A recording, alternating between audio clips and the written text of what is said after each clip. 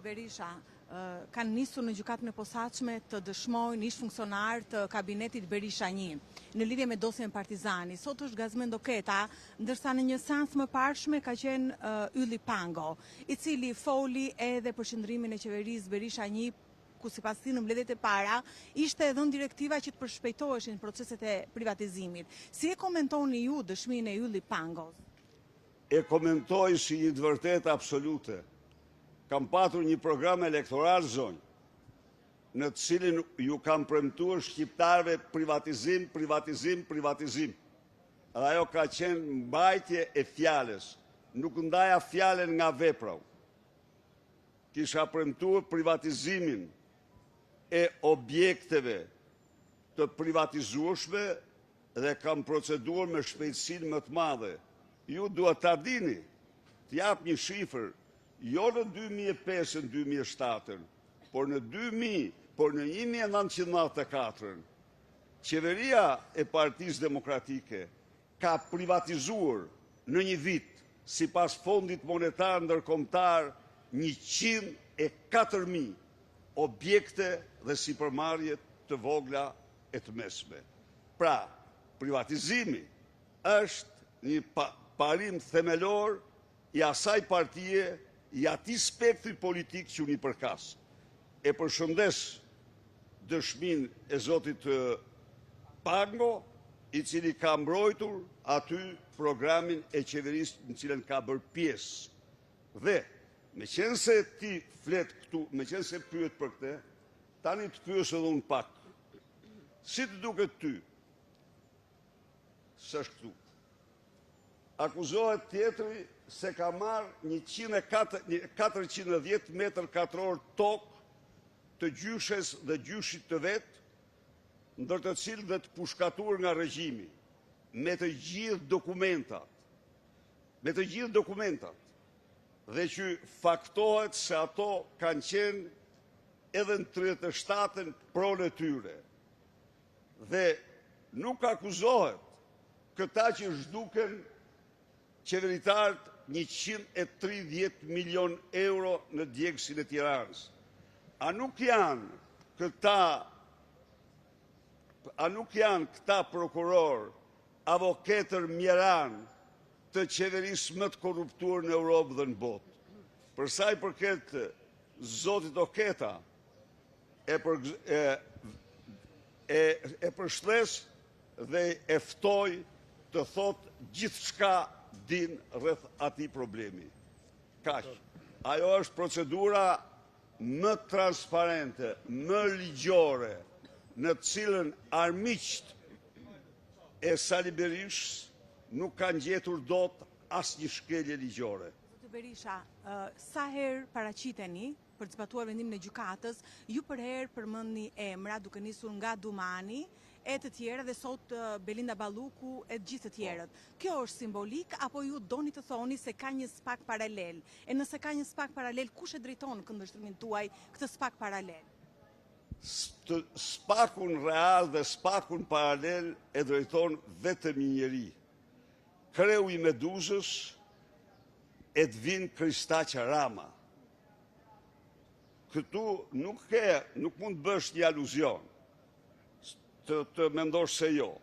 Si mund të fshihen, si mund t'i fshehësh publikut emrat e qeveritarëve që shkuan dhe u takuan me trafikantët e drogës për të bërë marrëveshje për investimet e parave të tyre. Kjo nuk ndodh në botë kund përveç se në Shqipërinë, Edi Rams që kontrollon këtë institucion në çdo qelizë. Vërtet Dumani e mban sekret sepse e urdhon Rama, pa i kryer një krim para popullit shqiptar. I vetmi që nuk mund të përbënte asnjë lloj problemi është qeveritari që në shkelje çdo ligji u bë ushtar i bandave dhe trafikantëve dhe arriti me ta marrëveshjen për investime në Tiranë. Pra, mund të thuash se X apo Y trafikant ka dhe çështje tjera që po jetojnë aprish punë për hetimin, prandaj s'po ja them emrin e tjerë.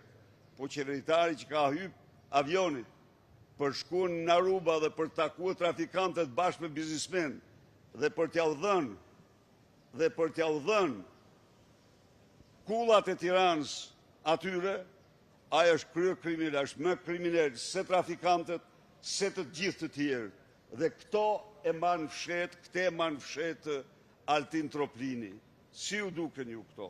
Ju si gazetar, mendoj unë, ju çdo ditë në ekranet tuaja duhet vinit një lajm për këtë, se nuk ka akt më flagrant të varësisë totale, të verbërisë së plot të këtij institucioni nga Edi Rama. Për kë mbrojnë ata? Çfarë mbrojnë ata? Ata mbrojnë ose vllaun e Edi Ramës për Edi Ramën, ose sekretarin e përgjithshëm të kryeministrisë po për Edi Ramën, thuhet dhe për Gjiknurin, pa i bën berru fe, po kur i thash që hajde betohu në Bibël, nuk jam mbajti. Ishte gati të betojnë kushtetutë, se për kushtetutë shpyesin fare ata, po jo në Bibël. Tash e shenjtë.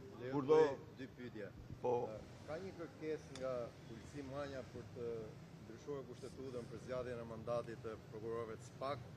Personalisht ju, po e Partia Demokratike, keni një përgjigje në këto momente dhe kundërshtari juaj politik para pak ditësh ka festuar 62 vjetori. E keni bërë një urim, e keni bërë një dhuratë, ose do t'i bëni një urim nëse si keni bërë një mesazh? Tani, lidhur me Uluziun, që mund t'i vesh çdo emër, Uluziu është peng i dosjes i cila në regjistrime nxjerr se Uluziu nga çunat e Londrës ka marrë 600.000 euro. Dhe përveç kësaj ka kërkuar edhe një çantë Louis Vuitton. Dhe kur i thot ai në telefon, po këtë çantën Louis Vuitton për ke, ta ja thot, e kam për bashkëshorten, jo, thot, nuk i bën çanta Louis Vuitton ti bashkëshorten, që ke për tjetër kam, se ja dini dhe lidhjet Uluziut, apo. Pra Uluziu, që në momentin që të thirret, Uluziu i ka të paktën 8 vite dhe 12 vite burg. Prandaj dhe ai është i gatshëm të bëjë çdo kompromis, vetëm të shtoj kësaj dosje që nuk i shton kurrë. Përveç kësaj, ky pas ka familjar, sipas të dhënave të mediave, nuk mund të them me dokumenta, por të implikuar në afera të ndryshme korruptive. Pra, Uluziu është i sklav i dosjeve të tij. Po për ditëlindjen, urimin, mesazhin? Urimin më të shkëlqyer ja bëri protesta rinore qytetare me datën 4 korrik, e cila me madhështinë e saj përsëriti 20 shkurtin e vitit 1991. Ajo ishte një protest me kreativitetin më madhështor, më të jashtëzakonshëm që është parë ndonjëherë në Tiranë. Dhe ata ja bën të gjitha urimet që meritonte. Po ju personalisht unë bashkoj zërin tim me protesten, ky është e gjithë përgjigja ime, bashkoj zërin tim me ata të protestes për urimin që i bën. Zoti Berisha, me që jemi kë protesta, e keni kapur ju protestën? Absolutisht kur. Edhe ja u thamun tu. Qëndrimi ynë ka qenë që në fillim dhe ju duhet të keni shumë të qarta ato që deklarojnë. Kur nuk ndryshojnë në ato. Asnjë ndërhyrje në punët e saj. Nuk është protesta jonë dhe e drejta dhe morali duhet të ishin të pamshirë ndaj atyre që përpiqen t'ja u kapin apo manipulojnë atë protestë të rive shqiptarë. Përkundër, po, kam deklaruar dhe deklaroj se bazuar në 6 kërkesat e tyre, Partia Demokratike mbështet me të gjitha mundësit e saj protestën jashtë çdo konotacioni, simboli, partjak, por thjesht në frymën qytetare. E kemi bërë këtë në rrafshin brenda vendit, e kemi bërë këtë po me kaq zell në rrafshin ndërkombëtar dhe me sukses. Protesta ka marrë mbështetje ndërkombëtare të Partisë Popullore që qeverisë sot Europën, partisë më të fuqishme sot në spektrin politik europian. Ky është qëllimi ynë, po as kemi tentuar, as nuk tentojmë, as nuk dëshirojmë, jo.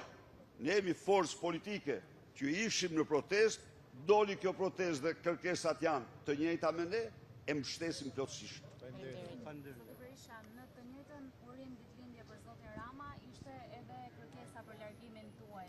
Çfarë mendoni për këtë? Dhe e dyta, ka një strategji Partia Demokratike si do të vijojnë protestat e Partisë Demokratike? Tani e kam theksuar. Janë disa klifma përpjekje të opozitës, vegël e mirëfillt e qeverisë, e cila mendon se nuk mund të rritet si opozit me praninë e Sali Berishës për faktin e vetëm se janë fake opozit, për faktin e vetëm se flirtojnë, për faktin e vetëm se dhe ndaj ata shfrytëzojnë këtë protest për një slogan apo parull të tillë. Por kjo as nuk e ka penguar, as nuk i pengon Sali Berishën, Partinë Demokratike për të mbështetur fuqimisht protestën, për të mbështetur me gjithë forcën protestet. Nuk i pengon demokratët në qindra dhe mijëra % pranishëm në protestë. Është pra thjeshtësisht një veprim gueril i atyre që operojnë në emër apo për llogari të Edi Ramës në këtë rast konkret, e kam fjalën, në këtë rast konkret. Faleminderit shumë. Miru pafshim.